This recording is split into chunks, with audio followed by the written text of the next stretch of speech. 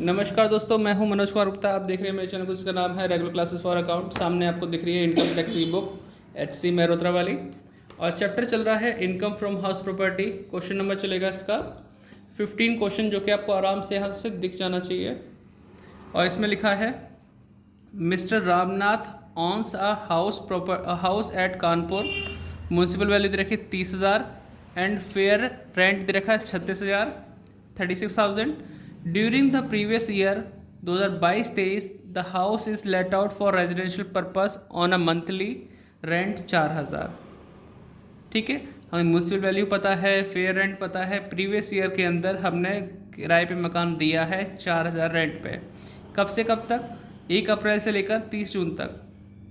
कितने महीने बनते हैं? 3। अप्रैल, मई, जून, 3 महीने किराए पे दिया। And self occupy for residential purpose for the remaining part of year 2022-23। यानी पूरे साल में 3 महीने किराए पे रहा, बाकी के हिस्से में खुद रहे। ठीक है। म्यूनसिपल टैक्स कितना है इसका? 6,000 है। कलेक्शन चार्ज कितना है? वर paid during the year. A loan of 50,000 was taken on 1 अप्रैल 2017 10% के रेट से 50,000 का लोन लिया 1 अप्रैल 2017 में for construction of the house which was complete on 1 जनवरी 2020, जो कंप्लीट हुआ 1 जनवरी 2020 को। सॉरी, कुछ कल गड़बड़ लग रही है। पेड फॉर इतना लोन था construction of the house which was complete on, हाँ ये सही है, यहाँ तक जनवरी 2020 में ही कंप्लीट हुआ। तो आप ये डेट ध्यान रखना, ये लोन लेने की डेट है, ये कंप्लीट होने की डेट है। फिर कोमा आ गया, फिर लिखा इसमें 10,000 was paid towards the loan on April 1 2019 को। 1 अप्रैल 2019 को अपने 10,000 की पेमेंट कर दी। जो लोन शुरुआत में 50 का था, वो इस डेट के बाद कितना रह जाएगा? 40 का। तो थोड़ा सा ध्यान रखना, इंटरेस्ट लोन सॉल्व करने में काम आएगा आपका। और compute his taxable income from house property for the assessment year 2023-24। तो हाउस प्रॉपर्टी निकालना है, लेकिन यहाँ पे नोट नंबर 2 यूज़ होता है। नोट नंबर 2 फर्स्ट हमने लिखवाया था नोट कि जब मकान आपका हो, आपने उसे किराए पे दे रखा है, कुछ समय के लिए खाली रहा है और किसी ने उसने यूज़ नहीं किया। भैया आपने कहा मकान है, आपने किराए पे दिया और कुछ समय के लिए खाली रहा, 2 महीने 3 महीने, लेकिन खाली समय में किसी मालिक ने जाके यूज़ नहीं किया, उसे इस्तेमाल नहीं किया। उस केस में जो भी किराया मिलता है, एक्चुअल रेंट 8 महीने का, 9 महीने का जो भी मिलेगा, वो आपका ग्रॉस एनुअल वैल्यू माना जाएगा, चाहे वो कंपैरिजन करने में ज़्यादा हो या कम हो उस केस में। लेकिन अगर आपको कहते हो मकान कुछ टाइम आपका किराए पे था, बाकी समय खाली था, लेकिन खाली समय में जाके मकान मालिक खुद रह रहा है, उस केस में नॉर्मल कंपैरिजन होगा। उस केस में क्या होगा? Normal comparison. बस ये ध्यान रखना, क्योंकि इस साल भर में 12 महीने होते हैं, 3 महीने किराएदार रहा, 9 महीने मालिक रहा है, तो मकान का इस्तेमाल तो हुआ है खाली समय में। तो इस केस में हम नॉर्मल कंपैरिजन करेंगे। ठीक है बच्चों, आपको भी समझ में आ गया होगा। क्वेश्चन को सॉल्व करते हैं, बताते हैं आपको।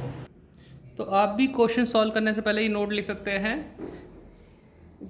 पॉज करके लिख लेना आराम से। पहले आप समझ लो, when house property is remain vacant for some time in previous year. अगर मकान खाली रहता है कुछ समय के लिए प्रीवियस ईयर में, और and owner of house property, मकान का जो मालिक है, is use that property at that time, अगर वो प्रॉपर्टी को यूज़ करता है खुद के रहने के लिए उस समय जब वो खाली था, and there will be a normal comparison in between expected rent and actual rent. तो उस समय जब हम कंपैरिजन करते हैं एक्सपेक्टेड और एक्चुअल रेंट में, वहाँ पे नॉर्मल कंपैरिजन होगा, जैसे भी जो भी ज़्यादा होगा वो चीज़ आती है। लेकिन अगर मालिक यूज़ ना करता, तो उस केस में चाहे आपका एक्सपेक्टेड या एक्चुअल रेंट कोई भी ज़्यादा होता, उसमें एक्चुअल रेंट ही आपका ग्रॉस माना जाता है जब खाली रहे, कोई इस्तेमाल ना करे। लेकिन अब नॉर्मल कंपैरिजन होगा, तो इसलिए नोट नंबर 2 यूज़ कर लो। मैंने पहली वाली वीडियो नोट नंबर 1 भी लिखा रखा है, जस्ट चेक कर लेना किस में था। ठीक है, अब क्वेश्चन सॉल्व करते हैं। तो हमने यहाँ लिख दिया है question number 15, computation of taxable income from house property for the assessment year 2023-24। तो फर्स्ट पॉइंट आएगा इसमें, म्यूनसिपल वैल्यू कितना है इसमें बताना जरा। 30,000।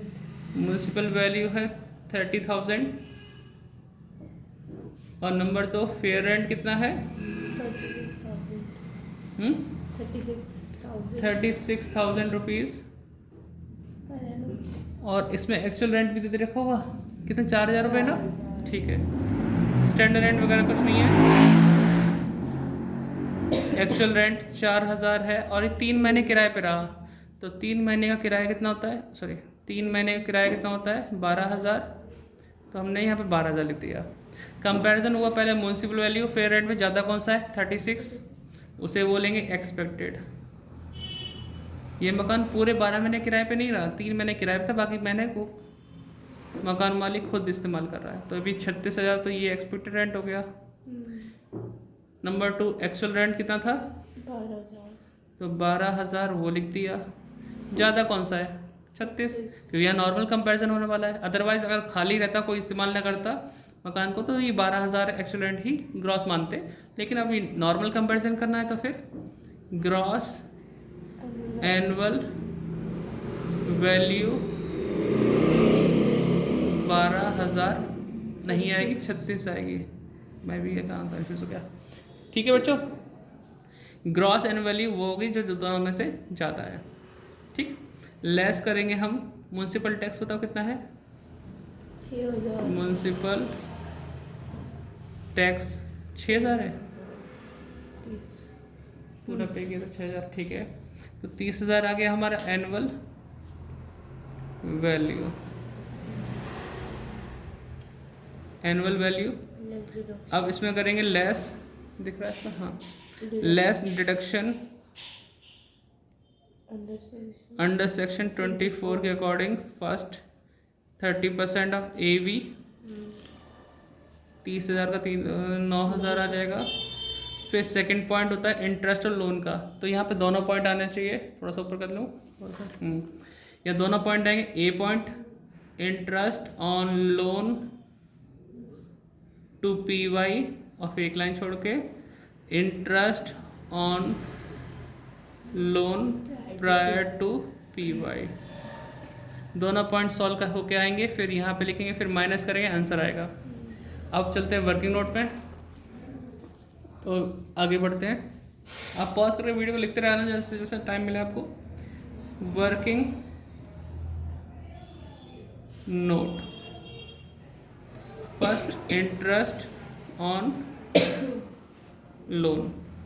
अब यहाँ पे हम डेट लिखते हैं, फर्स्ट डेट लिखेंगे यहाँ पे लोन लेने की डेट, कब लोन लिया हमने 1 अप्रैल 2017।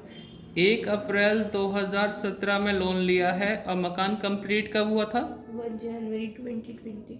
1 जनवरी लिखा है, 1 जनवरी 2020 को मकान कंप्लीट हुआ। इस डेट से पहले 31 मार्च कब पड़ेगी 2019। हाँ, 31 मार्च 2019 को पड़ेगी, है ना।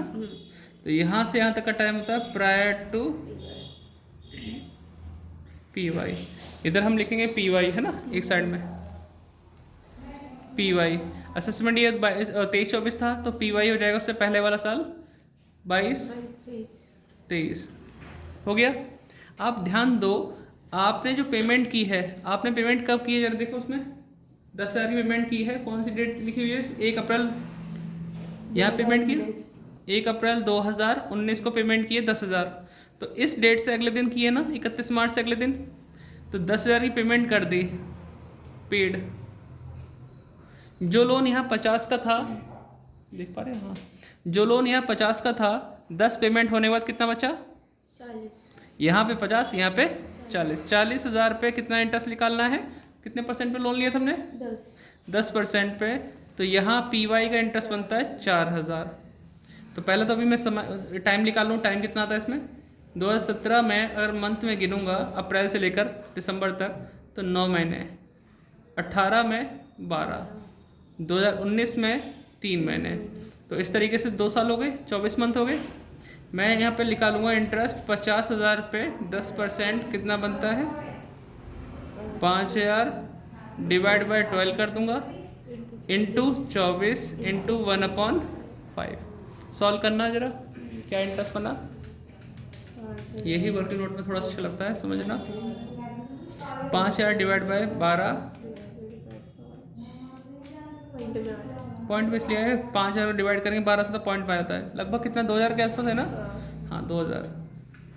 पता है ये पॉइंट में कब नहीं आता, अगर मैं इसे डिवाइड कर दूँ तो 2 आ जाएगा, 5 तो नहीं 10, 10 को फिर 5 से डिवाइड करूँ 2 अपने आप आ जाएगा।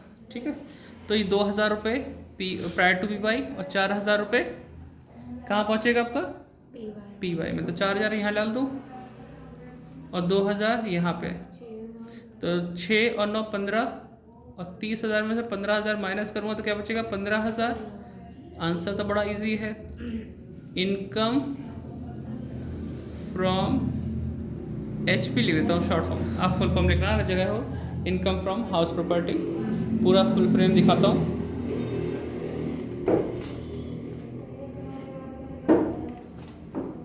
ठीक है, आप इसे आराम से यहाँ तक का नोट कर लें अगर दिखाई दे रहा है तो, बाकी स्टेप बाय स्टेप कर लें। तो उम्मीद करता हूँ समझ में आया होगा, मिलते हैं नेक्स्ट वीडियो में, आप नोट डाउन आराम से कर लेना। ठीक है, वो डिस्क्रिप्शन पढ़ लेना, अगर बुक ना हो तो बुक ले लेना और डिस्क्रिप्शन पूरा पढ़ लेना। बाय, मिलते हैं नेक्स्ट वीडियो में।